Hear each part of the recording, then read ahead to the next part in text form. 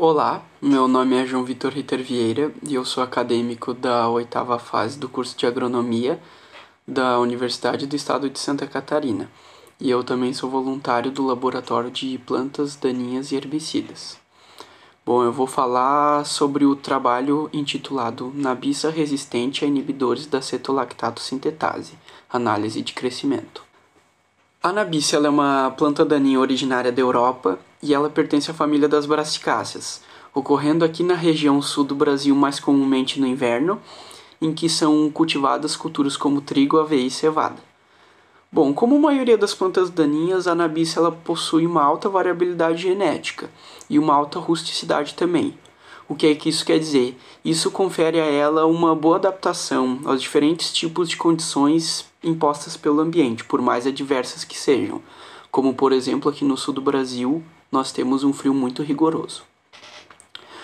Bom, com essa alta resistência, com isso se torna comum o uso de herbicidas de mesmo mecanismo de ação.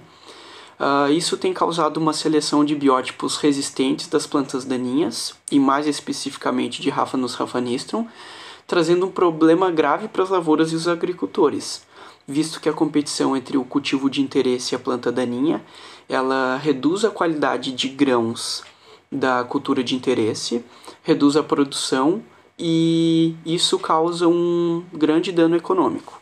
Bom, além da resistência, com o tempo foi observado que esses biótipos resistentes a ALS eles possuem uma menor capacidade competitiva quando comparados aos biótipos não resistentes.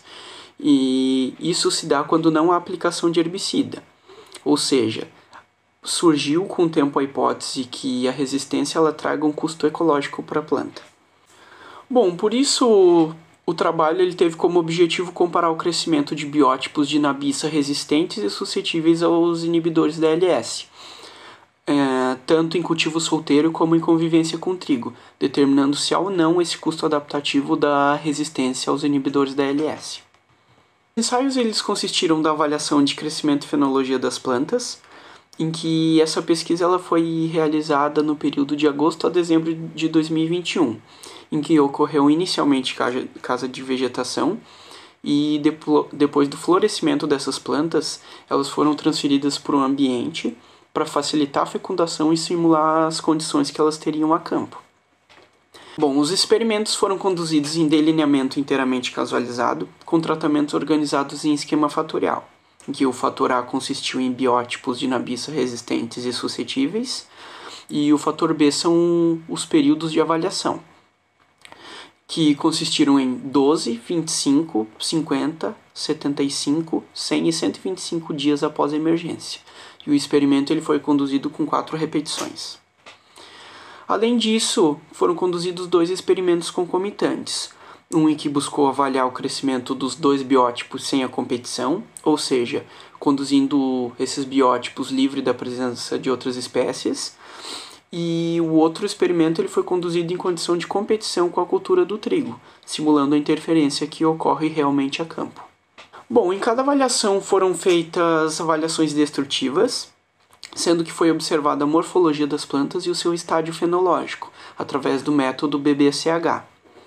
Foram feitas também avaliações da altura de plantas, os números de folha, massa seca da parte aérea, do sistema radicular, das estruturas reprodutivas e massa seca de toda a planta.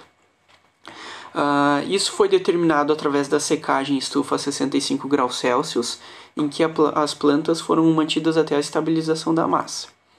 Avaliou-se também a área foliar através do medidor de bancada do modelo LI 3100.